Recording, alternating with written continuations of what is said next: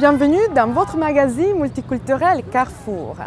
Dans cette nouvelle émission, nous allons vous parler du tabac et de ses dangers pour la santé. En Suisse, le tabagisme est la principale cause évitable de mortalité. Plus de 9000 personnes meurent chaque année à cause du tabac. En moyenne, les adultes fumeurs meurent 13 à 14 ans plus tôt que les non-fumeurs. En plus des décès prématurés, les maladies causées par les tabacs, telles que les cancers, les affections pulmonaires ou cardiovasculaires, sont pénibles et diminuent fortement la qualité de vie. Malgré un recul important, le nombre de fumeurs en Europe reste d'un tiers de la population. Face à cette question de santé publique, de nombreuses mesures sont mises en place. Nous allons vous en présenter quelques-unes. Regardez avec nous.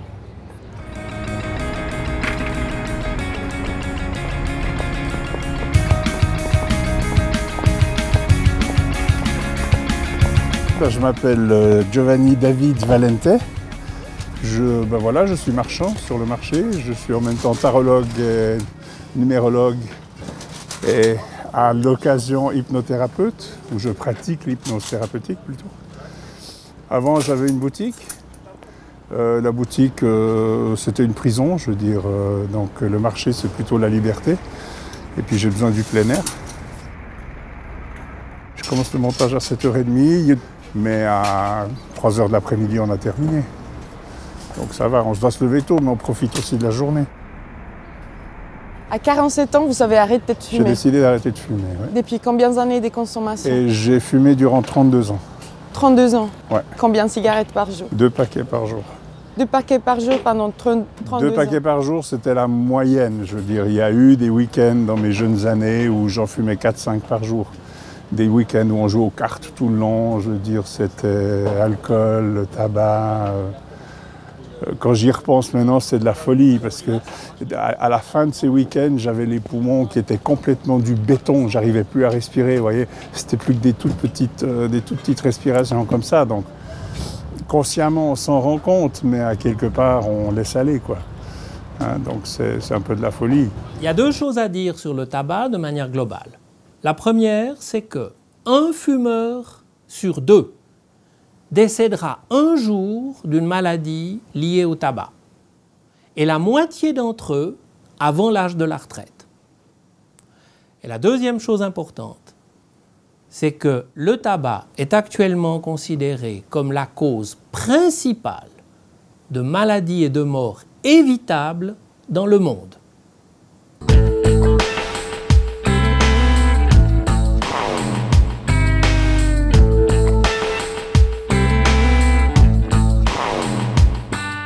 Les risques principaux que court un fumeur pour sa santé concernent les infarctus et les maladies cardiaques et coronariennes qui provoquent des arrêts cardiaques.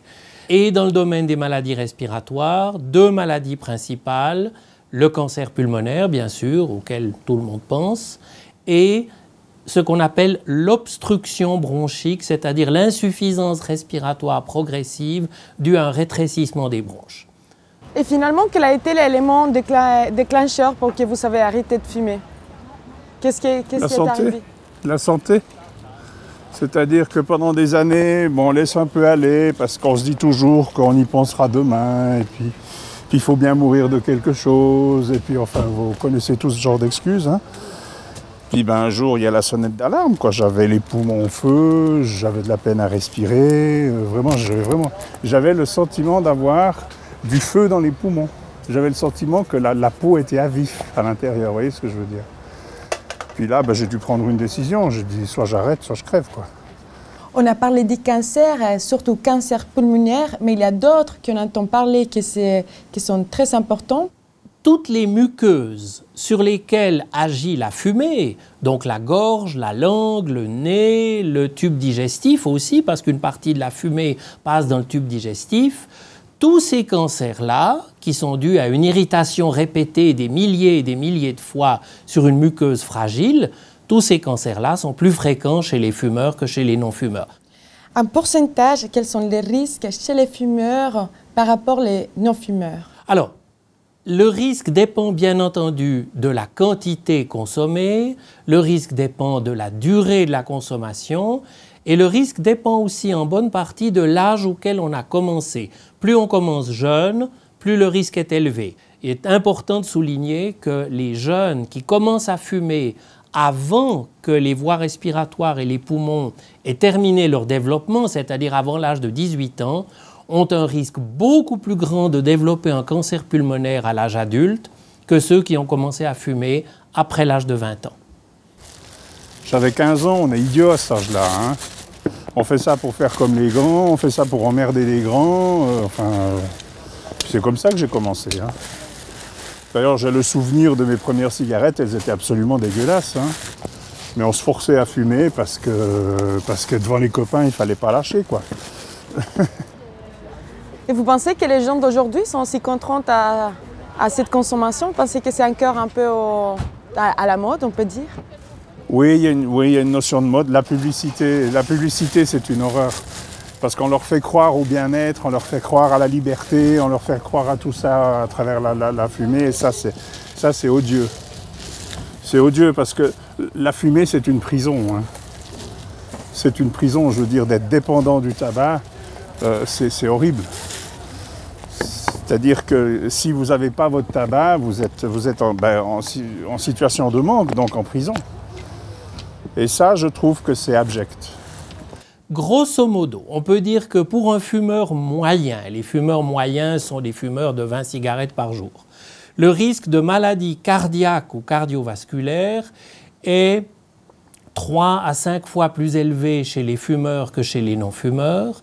Le risque de maladies obstructives pulmonaires, donc de bronchite chronique obstructive, il est d'environ 10 fois plus élevé et le risque de cancer pulmonaire est 10 à 30 fois plus élevé selon, encore une fois, la consommation, la durée et l'âge de début du tabagisme. Et j'ajouterai à ce propos-là que, contrairement à un mythe bien établi, fumer peu, par exemple 3 ou 4 cigarettes par jour, fait déjà augmenter le risque de maladie et de mortalité précoce d'un facteur 2 à 3.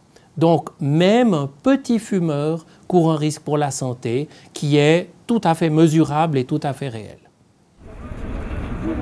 Et vous savez parler des femmes et des hommes, mais en particulier les femmes. Les risques chez la femme sont à peu près les mêmes que chez l'homme. Donc, on a longtemps cru que la femme était protégée. Ce n'est pas vrai, la femme a le même risque. En plus, une femme jeune, même en bonne santé, qui prend des contraceptifs oraux et qui fume, a environ 10 à 20 fois plus de risques d'avoir un accident vasculaire cérébral, donc une obstruction artérielle cérébrale, qu'une femme non fumeuse. Donc, c'est un risque qui est sérieux.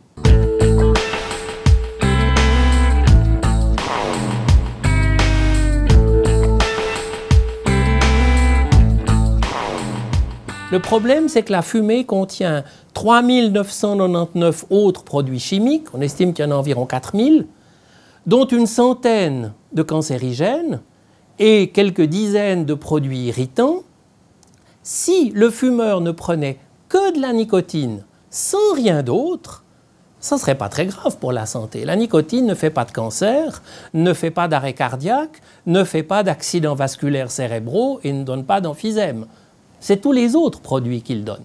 Et malheureusement, pour avoir sa nicotine horaire ou quotidienne, le fumeur prend tout le reste avec. Et c'est ça qui est malheureux. Quand vous fumiez, quand vous avez dit que vous avez les poumons en feu, ouais. Est-ce qu'à ce moment vous vous sentez malade et vous fumiez en même temps? Vous savez ces sentiments? Oui, je le faisais. Je fumais et je me sentais malade. Oui. Donc c'est pour ça qu'à un certain moment, justement, il y a quelque chose qui ne joue pas. On se sent mal et puis on continue à se faire du mal. Pour vous, c'était clair que vous étiez en train de vous tuer? Parce qu'il y a souvent une négation de la part des fumeurs. Voilà, à ce moment-là, c'est devenu une évidence. À ce moment-là, c'est devenu une évidence, c'est-à-dire que mon corps était en alerte totale. Et mon corps me disait maintenant, tu choisis quoi, j'en peux plus. Le problème en pratique, tel que nous le voyons comme médecins, le problème est que la plupart des gens attendent beaucoup trop tard pour consulter. Et en particulier dans le domaine des maladies respiratoires, en moyenne, les gens viennent consulter quand ils ont perdu plus de la moitié de leur capacité respiratoire. C'est-à-dire qu'ils viennent consulter à un stade déjà avancé des maladies et à un moment où les chances de récupération sont malheureusement faibles. Là, il s'agit des radios d'un homme fumeur qui a arrêté de fumer, mais tardivement, et malheureusement, il a arrêté de fumer après avoir développé une maladie respiratoire sévère. Cet homme est très essoufflé dès qu'il fait le moindre effort. Il a des poumons qui ne travaillent presque plus. Il a encore environ 20% de la capacité respiratoire qu'il avait quand il était jeune ou qu'il devrait avoir pour son âge. Et il s'agit d'un homme qui est gravement atteint dans sa santé et pour lequel les soins médicaux ne peuvent malheureusement pas grand-chose. J'ai un copain qui a 66 ans, il a toujours fumé aussi. Dimanche matin, il a pris son café, il a pris son petit déjeuner, il s'est dit ouais, je vais aller me recoucher un moment. Sa femme est montée pour voir, il était mort. Et c'était quand Dimanche. Ah, même dimanche là. Ce dimanche, ouais. À 66 ans, lui qui fumait tout le temps. 66 ans, il venait d'avoir la retraite. Il a bossé toute sa vie comme un fou. Qu'il faille mourir de quelque chose, bien sûr, mais mourir à 57 ans, en ayant à peine eu le temps de voir ses petits-enfants et en laissant une veuve et un poste de travail inoccupé, tout ça est regrettable. Et la deuxième chose, c'est que, à part les infarctus qui tuent en 30 secondes, la plupart des maladies liées au tabac, les cancers pulmonaires, l'insuffisance respiratoire, les attaques cérébrales avec tout ce qu'elles comportent comme conséquences, ce sont des maladies extrêmement pénibles et qui peuvent durer des années, occasionner une invalidité permanente, des douleurs persistantes et un très gros trouble sur le plan des relations familiales, sur le plan des relations sociales et sur le plan de la santé publique. Donc, mourir de quelque chose, d'accord, mais pas comme ça. Vous avez même peur de mourir? Non, ça, la mort ne me fait pas peur. La mort ne me fait pas peur, mais mourir aussi bêtement, c'est con. Je veux dire, on a encore beaucoup de choses à faire, puis beaucoup de choses à profiter. Et justement, ça, c'est encore une chose géniale. J'y pense maintenant, hein, j'y ai pas pensé avant. C'est que le fait d'avoir arrêté, eh ben, je profite de la vie. Puisque maintenant, je profite des bienfaits de l'air pur, des bienfaits de la bonne santé. Enfin, de la bonne santé, j'ai fait des dégâts, hein, je vais dire, mais le fait de me faire du bien, je profite beaucoup plus de la vie. Est-ce que la qualité de vie a augmenté? C'est la qualité de vie, exactement. Ça rentre dans le respect de soi-même aussi. Hein. Pour les gens croyants ou pas croyants, le divin en soi. Je respecte la vie qui est en moi, je veux dire. Donc ça, c'est une démarche et une sensation qui est très agréable.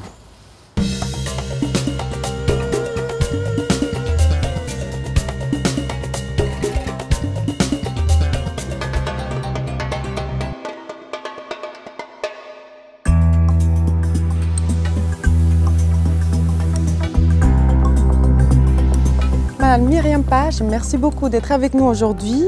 Vous êtes d'ici près, c'est le Centre d'information pour la prévention du tabagisme. Et donc c'est une bonne occasion pour vous demander d'abord quelles sont les mesures de prévention qui sont mises en place. Alors les mesures de prévention en prévention du tabagisme s'alignent sur la Convention cadre de lutte anti-tabac de l'OMS. Et puis il y a des mesures à la fois d'information à la population et des mesures qu'on appelle les mesures structurelles, qui sont plutôt des mesures légales qui permettent au fait de modifier le tabagisme, le tabac dans la population. Par exemple, la fumée passive dans les lieux publics, l'interdiction de la fumée a radicalement modifié le rapport au tabac. On voit effectivement que la population est moins exposée. On a un bénéfice autant pour les fumeurs que pour les non-fumeurs et une grande satisfaction de la population. Que pensez-vous de cette interdiction? Je pense que c'est très bien. C'est très respectueux pour les gens qui ne fument pas. Et si vous voulez fumer, vous pouvez toujours aller fumer dehors où vous pouvez fumer. Donc moi j'aime bien ça. Pensez-vous que les générations futures, avec toutes ces mesures de prévention, vont fumer moins? Oui, j'espère, je pense aussi. Ouais. Petit à petit, en rendant le tabac plus cher et plus difficile à rendre et le rendre un peu moins attrayant, je pense que c'est une bonne chose. Je trouve que c'est très bien. Je suis très contente. Bravo. Pour moi et puis pour beaucoup d'autres personnes et puis pour les enfants aussi. Et vous-même? La même chose, c'est bien. Mais malheureusement je fume, donc voilà, on fait avec. Est-ce que vous fumez moins avec cette interdiction? Quand même, oui. Pour vous, c'est mieux, ces messieurs? Oui, bien sûr. Parce que c'est la fumée passive, c'est pas bien pour la santé. Hein. Savez-vous si dans d'autres pays ou dans d'autres cultures, on fume différemment? En Chine, c'est vrai, ça commence aussi. Hein, donc, ouais, ça commence, ouais. Mais on fume moins, et surtout les femmes, ou non? Ben, pas mal quand même. Les femmes fument moins, donc oui, beaucoup moins. Je suis non-fumeur depuis 9 ans et j'ai recommencé à fréquenter les établissements publics depuis qu'on n'y fume plus. Donc je ne pense pas que ça a fait fuir les gens. Et puis la question que vous avez posée avant sur si on fume autrement ailleurs, moi je me souviens dans le Maghreb où les gens n'achètent pas de paquets de cigarettes, mais ils achètent juste une cigarette en passant quand ils sont sur une terrasse avec les copains. C'est peut-être une façon plus intelligente de fumer, c'est-à-dire on profite de ce moment-là plutôt que de fumer machinalement, automatiquement, ce que j'ai fait pendant 32 ans avant d'arrêter. En Sudamérica se fuma menos que aquí. Cuando llegó aquí, ¿eso la sorprendió? Sí, mucho. De ver a las mujeres fumando me sorprendió muchísimo. En especial a las chicas jóvenes que están fumando. Y nos sorprendió de ver eso. Es la diferencia en nuestro país, que mismo a los hombres no se ve mucho fumar. Et quelle est la population la plus vulnérable? C'est un produit qui est vendu par une industrie et c'est une industrie qui veut fidéliser les clients pour le plus longtemps possible. Donc ils s'intéressent particulièrement aux jeunes parce qu'ils sont en train d'apprendre des comportements de santé ou de consommation et puis parce que le développement aussi d'un jeune adulte est encore incomplet et qu'au niveau neurobiologique, il y a une plus grande sensibilité et risque de développer une dépendance. Est-ce qu'on connaît des particularités par rapport à la consommation de tabac chez la population migrante? Alors on a quelques chiffres. Malheureusement, c'est des chiffres qui sont ciblés sur certaines populations. Et puis quand on parle de la population migrante, c'est pas une population migrante, c'est plusieurs populations migrantes. Donc effectivement, on a connaissance d'une plus grande consommation, par exemple chez les hommes turcs ou chez les femmes serbes, par exemple. On sait aussi que les Sri Lankais fument très peu, mais on n'a pas comme ça des chiffres qui permettraient d'éclairer la totalité de la population migrante ensuite. Vous venez d'où, excuse-moi? De la Côte d'Ivoire. Comment est-ce qu'on fume à la Côte d'Ivoire? Bon, là-bas, on se cache encore, quoi. On fume pas partout. Mais on fume pas beaucoup? Non, on fume pas beaucoup non plus. C'est peut-être parce que c'est cher, c'est assez cher. Les gens n'ont pas forcément l'argent pour s'en acheter. Bon, l'État ne fait rien pour dissuader quand même, mais c'est plutôt dans la culture. J'ai rencontré une fois une situation assez intéressante d'une femme qui est d'origine subsaharienne et puis qui est arrivée en Suisse et puis dans sa communauté d'origine, le fait de fumer était absolument proscrit. Et puis en arrivant en Suisse, elle a commencé à fumer de la même manière finalement que les femmes suisses commençaient à fumer dans les années 60-70, cette espèce d'idée émancipatoire, etc. Pour elle, c'était vraiment un facteur d'intégration. Et puis je l'ai rencontrée vraiment 2-3 ans après et ça lui posait un problème parce qu'elle se rendait bien compte qu'elle était devenue dépendante, qu'elle avait de la peine à arrêter. Que quand elle retournait dans sa famille d'origine, ça posait des difficultés, notamment par rapport à une sœur jumelle. Donc il y avait des questions autour de la consommation de tabac qui étaient problématiques. Mais vraiment, pour elle, c'était le parcours migratoire, le phénomène d'intégration qui avait généré au fait ce comportement du tabagisme. On dit plus ou moins qu'un tiers de la population consomme du tabac. Alors moins, 27%. 27% de la population suisse. Donc 3%, on est déjà... Non, mais c'est important parce qu'il y a 10 ans, il y avait 33%. Et gagner des pourcentages comme ça, diminuer la consommation, c'est un travail de haute lutte qui nécessite une coordination, une collaboration, qui nécessite de modifier les cadres légaux. Et effectivement, c'est déjà un grand pas en avant. Et qu'est-ce qu'il reste à faire par rapport à toutes ces mesures? Il reste un énorme chantier. La Suisse n'est pas en avance comparativement à d'autres pays européens. On a l'exemple par exemple de la Turquie qui a mis sur pied beaucoup de mesures en même temps, qui sont les mesures donc préconisées par l'OMS.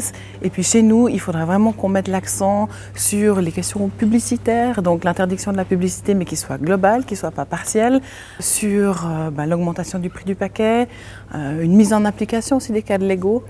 Et puis au niveau suisse, bien sûr, on a ces différences cantonales. Alors on travaille parfois canton par canton, parfois au niveau de la Confédération. Et ce serait intéressant de pouvoir aller un petit peu plus rapidement sur des projets qui servent l'entier de la population suisse.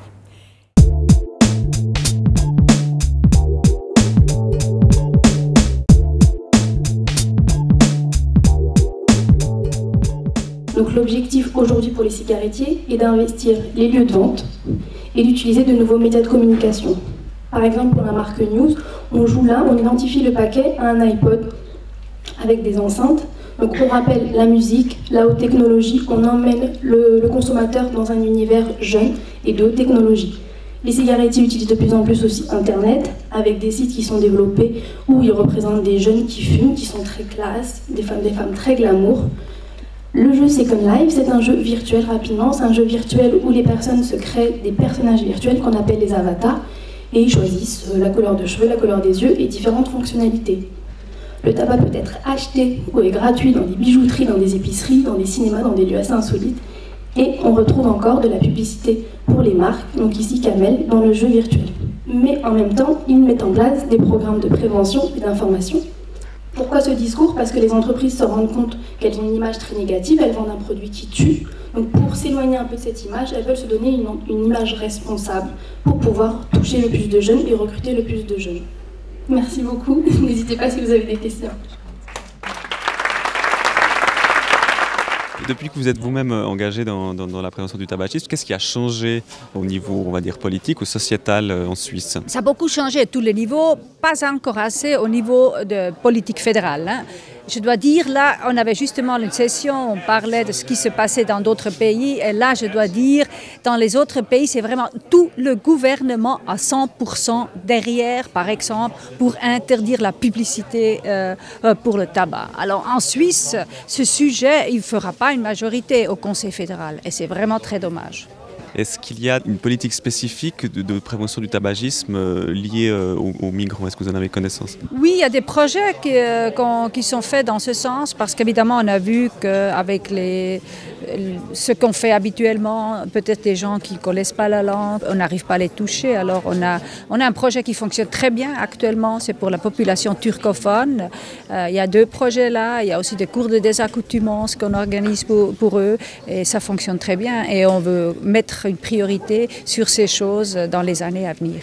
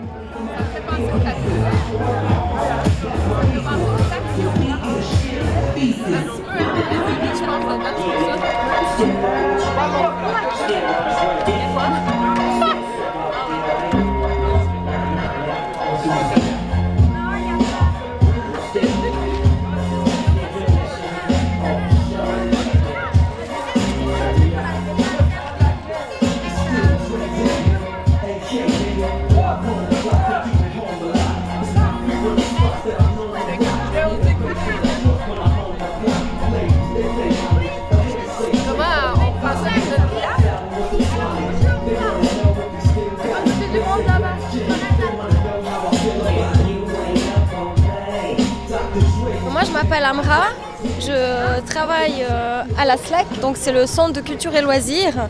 La journée s'est très bien passée, c'était magnifique, comme vous avez pu voir, il y a eu vraiment des activités pour les plus âgés, pour les plus jeunes, les enfants ils ont aussi pu se faire plaisir à dessiner sur les trottoirs.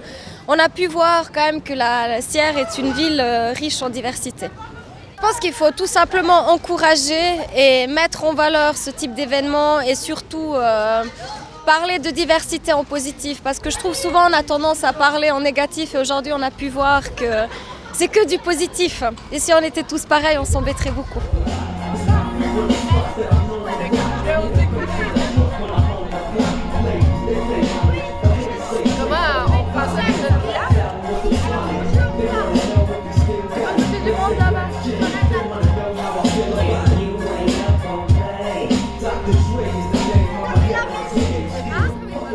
Le tabagisme est une dépendance. Si vous décidez de faire les pas et arrêter de fumer, n'hésitez pas à vous faire conseiller par des professionnels. Pour trouver plus d'informations sur les thèmes d'aujourd'hui ou revoir nos émissions, rendez-vous sur notre site internet www.carrefourtv.ch. Comme toujours, un grand merci pour votre fidélité. On se retrouve le mois prochain sur votre télévision locale. À la prochaine et à la vista!